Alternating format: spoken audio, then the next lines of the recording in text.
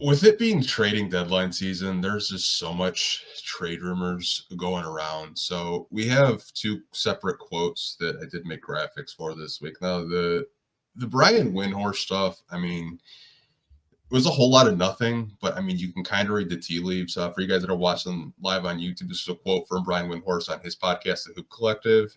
It says, I do think that the Pistons will still facilitate trades. I think their thinking has evolved, is they're going to be careful taking on players for multiple years that may not be valuable players to their roster. So that was kind of Brian Windhorst's take. And then we also had Jake Fisher.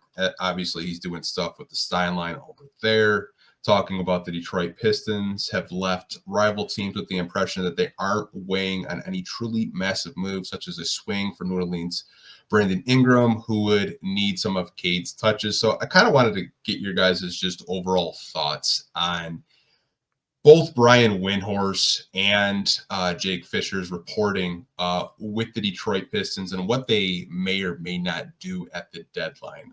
Zay, you want to take this one first? Yeah, I think we definitely do have to be careful and not making the same mistakes that Troy Weaver had made, where you're getting guys who might not play even 45 games in a season. Like Bojan hasn't suited up this year. Joe Harris is out of the league. You don't want to take on those kind of contracts, especially when the most assets you're getting are like second round picks. We do need assets because we don't have a lot. We're a little depleted asset wise. But I think we should be careful in making sure that the players we trade for can contribute. And I think Trajan's done a great job with that, getting guys like Tim Hardaway like that. I mean, we got assets for him too. Granted, we sent out Grimes, but that's its own thing. And as it comes to like Brandon Ingram wouldn't be my top choice. I don't think he meshes well with Cade. But I do think we should be more open to trying to get Cade a little bit more of a co-star. I think he's having way too good of a season for us to not really try to at least make a little bit of a push for that 5-6 seed. I don't think we should just tread water in a sense. Yeah, I kind of echo those sentiments, but I mean, obviously I'm no Windhorst or even Jake Fisher, but I do hear things here and there. And from my understanding, since the beginning of the season, since Trajan's really got here, I haven't expected the Pistons to go out and make that Zach LaVine trade, for example, or go out and make the Brandon Ingram trade. With that being said, I do think they need to operate under the impression that they are a serious team in the Eastern Conference. And I think that's ultimately the shift in thinking is, we're going to start doing things in order to best maximize our winning versus best maximize, the asset pool. Mm-hmm. I don't think that means the Pistons won't make a trade that gets them back a second round pick or a first round pick or whatever it may be. But I do think that Detroit will be a little less open to taking on, for example, like a Ben Simmons, something like that. Like I just feel as if here's what I'd go for. If I were the Detroit Pistons, and based on everything that everybody's heard, and my own knowledge, as little as it may be compared to them, I would expect them to go along the lines of getting like a serviceable role player to add on to their veterans rather than, cashing in the veterans for like a big scoring upside star. And I think that makes sense right now. I think you want to see how far the team you constructed goes if you're Trajan Langdon, because at the end of the day, this is pretty much his team. Like he didn't draft Cade, Sasser, Thompson, but the rest of the roster is, his decisions, and he wants to see how far this team can go, and especially when making decisions on guys like Malik Beasley, Tim Hardaway. I'm sure that seeing how they do in important game scenarios and how they play off of Cade, especially Cade, is really important. And I think they are hopeful that Jaden Ivey comes back close to when the playoffs would start, but they can't bet on it. And I think for that reason, whoever they go out and get, I would like to have the option to not only be a secondary ball handler, but to score the basketball. I think Colin Sexton's a great pull if they want to go that route, because I don't think he would cost much in terms of assets, and he fits pretty well into their cap space as well. So I feel like even if it's a thing of like let's say he plays really well, right? Like he's played under JB before. He's kind of a dog on both ends, so he really fits the identity that this team is going for, anyways. And if Ivy comes back, it's not a thing of Sexton or Ivy. It's just, okay, we can move Sexton back to the bench because he's come off the bench for Utah. So I don't think it's something that he really holds a lot of reservation for, especially like if it's in a serious like playoff game scenario. Having two dynamic scorers like that in Ivy and Sexton, I don't really see an issue with it. It might be a bit repetitive, and if ultimately you have to make a decision between the two, I'm sure you go with Jaden Ivey. But it's a good thing to have. It's a good problem to have, in my opinion. And then the James Edwards, that you had tweeted it, the trade for Bruce Brown and Cameron Payne. I know you're not the biggest proponent of it, but that's a smaller move than a Colin Sexton trade would be. But I still think even that would be really helpful for the Pistons and the things that they kind of lack right now. Defense is, and this is Langdon's thinking, like he said this on his first day here, is that, defense is about effort. And that's true. But at the same time, you still need defensively talented players, because Isaiah Stewart, Asar Thompson, Ron Holland are obviously all very defensively talented, but you need a little more help, especially like in the wing department. And when it comes to guarding guards, like a Bruce Brown can guard 1 through 4, sometimes even 1 through 5. Like Steve Nash had him doing pretty much anything in Brooklyn.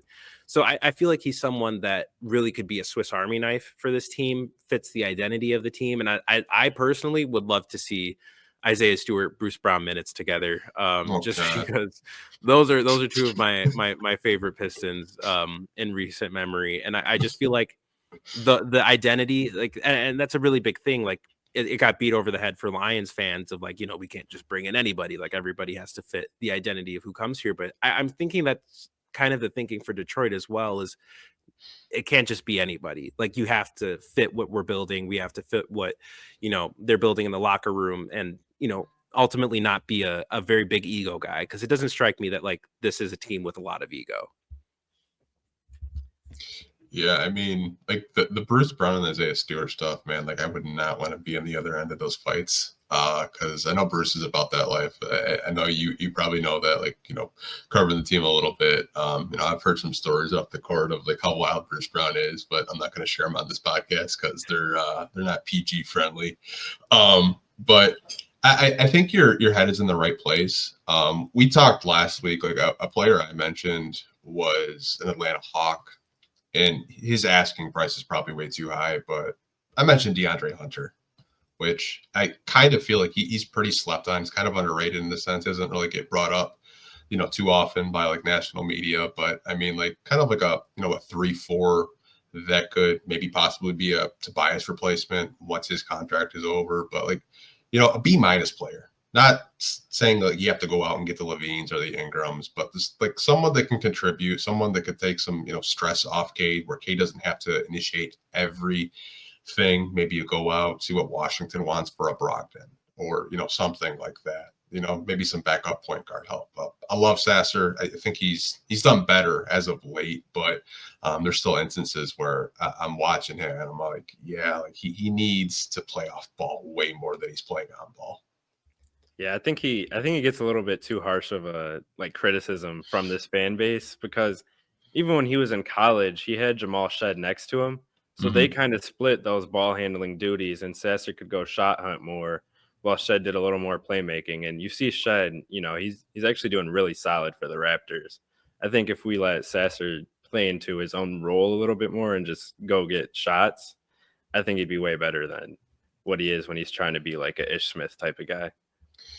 Yeah, I mean, I'd kill for Ish Smith on this roster right now. I mean, he would light it up. It's like a backup reserve. But no, I don't want to shit on Sasser too much, because I think, the past couple of games, even like the last week, like you saw him like take over, scoring more, getting to the cup.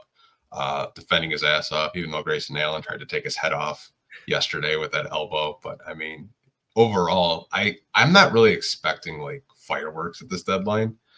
I do think they make a move. Could they get draft capital out of it? Sure. Could they take on maybe a contract that's a little bit pricey, like a THJ? Maybe. But I don't really see, Trajan like just kind of pulling like what a Van Gundy did for Blake. I just don't see that right now. Even though Cade's playing at like an all NBA level, in my opinion, I think you could have conversations of him being a top 15 player in the NBA right now, just the way he's playing. But I think help is coming. I see a lot of fans just not even watching this podcast, but just scrolling social media, like, well, why are we not doing anything to get Cade Cunningham help? Well, trade deadlines February 6th. I think each and every day, these GMs, front office executives are going to talk with each other, and more trade rumors will come out of possible trades. But I think Langdon will do right by Cade, right by the Pistons, and it's probably going to be a move that's very calculative and probably a player we're not even talking about right now. Yeah, that's the thing with Trajan is I feel like the moves that he makes. I mean, outside of the Tim Hardaway one, they're usually ones you don't see coming. And I think he's someone that likes to not get a lot of things out. Is my understanding, because even the Ron Holland pick, like, nobody really saw that coming. So I think he's definitely working, and I'm sure like there will be a trade that happens, because at the end of the day, there's $14 million in cap space that you have to add talent onto your team right now. You have to do it. But I do think, and this is what Windhorst said, is I feel like flexibility is a really big thing when it comes to whatever contract they take on, whether it be, for assets or, just for the sake of helping this team. I think it's going to be something to pay attention to, is like when we're guessing, or you're hearing things, like looking at the length of contracts and when they might be up, because from my understanding, like if they get someone with more than 1 year on his deal, it's probably going to be just an additional year, like similar to how Tobias's contract is structured. Mm-hmm. Because I think they're looking at maximizing their flexibility summer 2026. Yeah, I mean, because you got Cade's extension coming up. You don't want to like have two guys at 40 million and then you don't have a bench. Exactly. Yeah, so I mean, some people have mentioned Michael Porter Jr. like MPJ, but the contract's atrocious. And I think he would do really well in Detroit. I'll just say that. I think it's like a number 2 option next to Cade. I think those two would just be deadly together. A guy I think that, I mean, I've heard like a little bit about him, but I don't think enough people are looking at him as like maybe a potential like backup, is Malcolm Brogdon. He's in Washington. He's not really playing much.